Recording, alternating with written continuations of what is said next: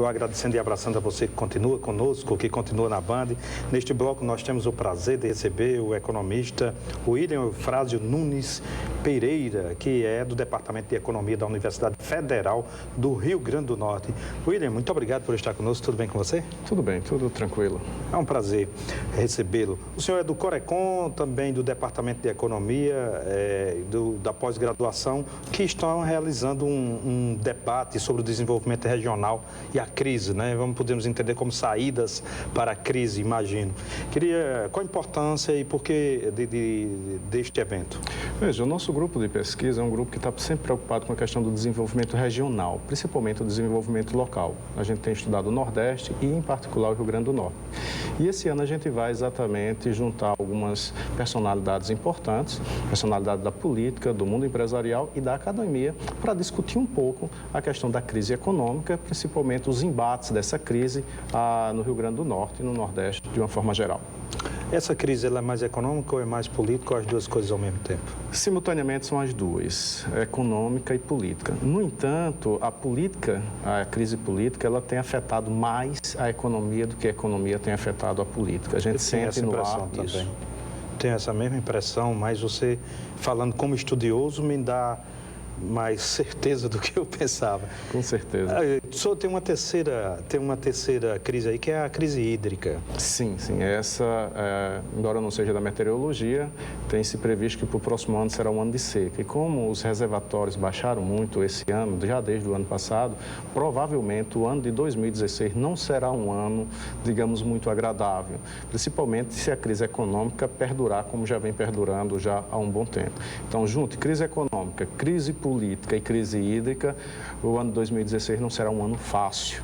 E para poder enfrentá-lo, a gente tem que começar agora a repensar as nossas atividades econômicas, as nossas atividades políticas também. Isso nós não podemos deixar de falar em uma palavra: planejamento. Com certeza.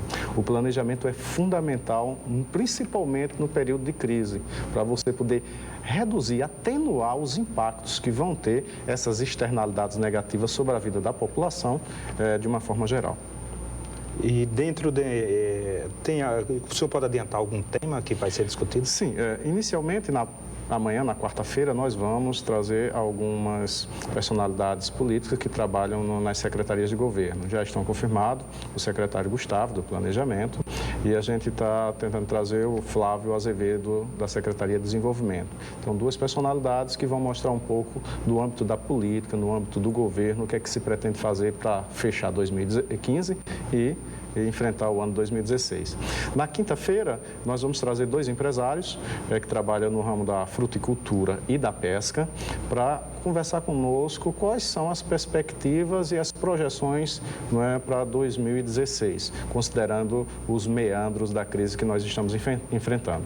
E na sexta-feira, o professor Jair do Amaral, que é um professor de renome nacional, coordenou recentemente uma grande pesquisa sobre o desenvolvimento brasileiro e ele vai fechar o evento na sexta-feira, a partir das 9 horas, lá no auditório do Centro de Educação. No caso da pesca, nós temos um litoral grande aqui. Essa pesca ela é subdimensionada, ainda pode crescer, ou seja, ela é subaproveitada, melhor dizendo? Com certeza, muito subaproveitada. Nós temos um professor lá na casa, no Departamento de Economia, que hoje é o subsecretário da Pesca, é um dos que mais entende dessa área. Mas nas nossas conversas, e olhando os projetos que são pensados, nós temos um potencial muito grande e não aproveitado. Se você imaginar, por exemplo, que alguns países que têm uma costa menor do que o Rio Grande do Norte aproveitam melhor sua área, não somente para a pesca, mas também para a criação, para a diversão. Então, o mar que nós temos são N possibilidades de se desenvolver atividades econômicas, que infelizmente não está sendo pensado de forma adequada. E ao não pensar de forma adequada, nós deixamos de gerar emprego, deixamos de gerar renda, deixamos de gerar desenvolvimento. Meu caro William, William, tem uma coisa que, como cidadão potiguar, me incomoda bastante, é a falta de planejamento estratégico de longo prazo. Eu fico imaginando, uma hipótese assim, a via costeira que foi pensada há quase aproximadamente 4 décadas, se ela tivesse sido pensada, e só mais recentemente no governo Vilma foi feita a ponte. Então, se ela tivesse sido pensada dentro de um projeto de desenvolvimento do Estado de longo prazo e cada governante fizesse uma parte da obra, a via costeira poderia ser muito maior, por exemplo. Com certeza. Até o problema da ponte, que naquela época eu participei um pouco das discussões, já se discutia a própria altura da ponte.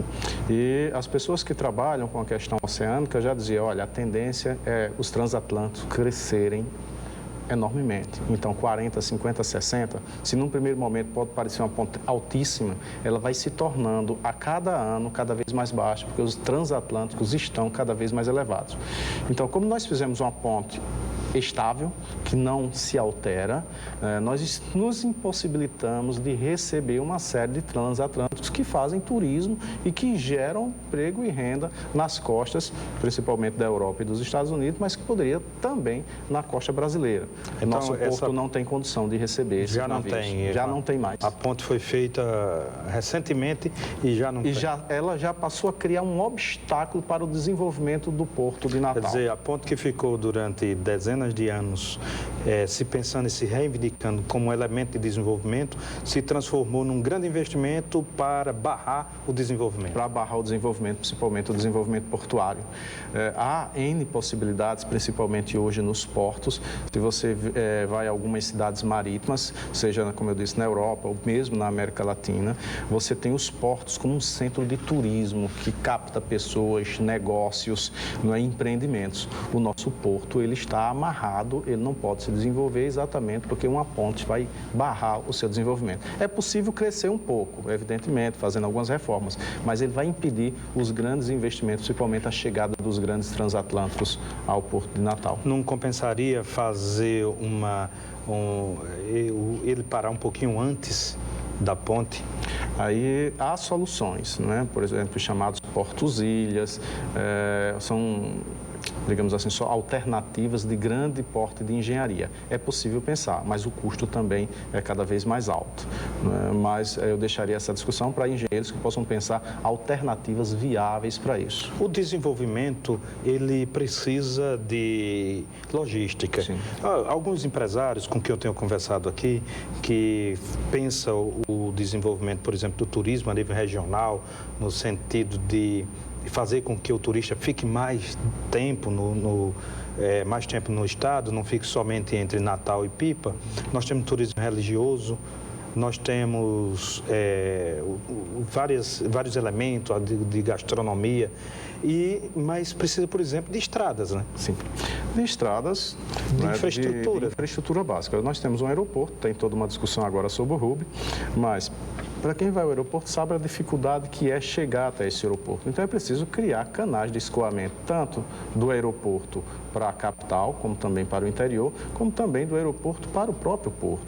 Tem que haver conexão entre esses modais viários, não é? Seja o porto, seja o aeroporto, ou mesmo isso canalizando, evidentemente, para o interior do estado, onde há N outras possibilidades. Perfeitamente. Meu caro William, nosso tempo acabou, mas eu queria que o senhor renovasse o convite. Será amanhã, em que local e hora? Amanhã, a partir das 8h30 da manhã, no auditório do Centro de Educação, na UFRN, fica ali ao lado do setor 5, né? Todos vão saber informar, setor 5, Centro de Educação, no auditório do Centro de Educação, a partir das 8h30. William Nunes Ferreira Pereira, muitíssimo obrigado pela sua participação.